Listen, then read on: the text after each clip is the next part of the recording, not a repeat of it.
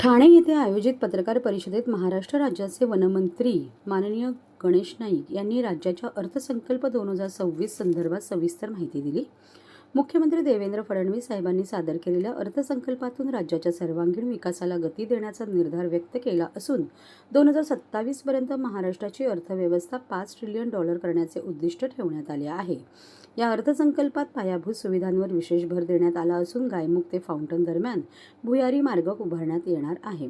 तसेच पेण येथे तिसरी मुंबई विकसित करण्यात येणार असून या प्रकल्पातून सुमारे 12 लाख रोजगार निर्माण होण्याची अपेक्षा आहे।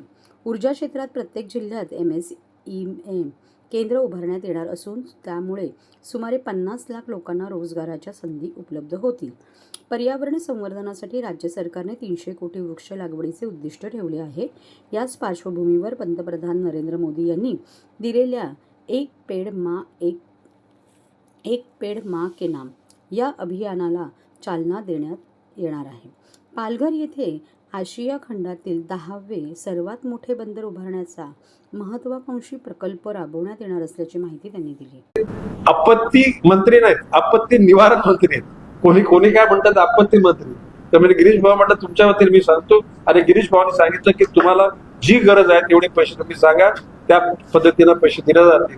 आता पुणे जिल्ह्यात शिरूर, आपले जुन्नर आणि तिकडच्या अहिल्यानगर भागामध्ये साधारणपणे 450 बिबटे पिंजऱ्यामध्ये, त्याच्यातले पहिला टप्पा म्हणून 25 बिबटे गुजरातमध्ये वनताराला पाठवले, आणखी 25 बिबटे, कारण त्याकरता केंद्रीय वन्यजीव विभागाची परवानगी घ्यावी लागते आणि काही बिबट्यांचं स्थलांतर आपल्या विविध प्राणी संग्रहालयामध्ये करत आहे।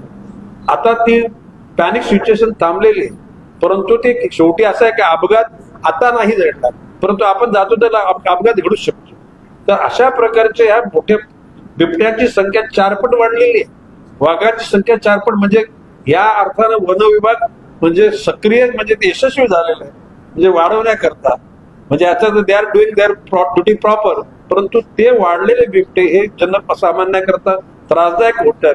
त्यांचा वीज बंदोबस्त करण्याकरता मी म्हटल्याप्रमाणे प्रत्येक जिल्ह्याला एक बिबट सफारी करण्याचा विचार आहे। ते संपूर्ण आराखडा मी एक दिवशी प्रत्येक जिल्ह्यामध्ये जाऊन, म्हणजे ठाणे शहराचा जिल्हा इथे तुम्हाला सादरीकरण करेल, पालघरला करेल, गरज पडली तर मग अन्य मागणी करतील रायगडला करू, पण ठाणे हा संपर्क मंत्री म्हणून आणि पालघर पालकमंत्री म्हणून या 2 ठिकाणी ते सादरीकरण पक्क करणार।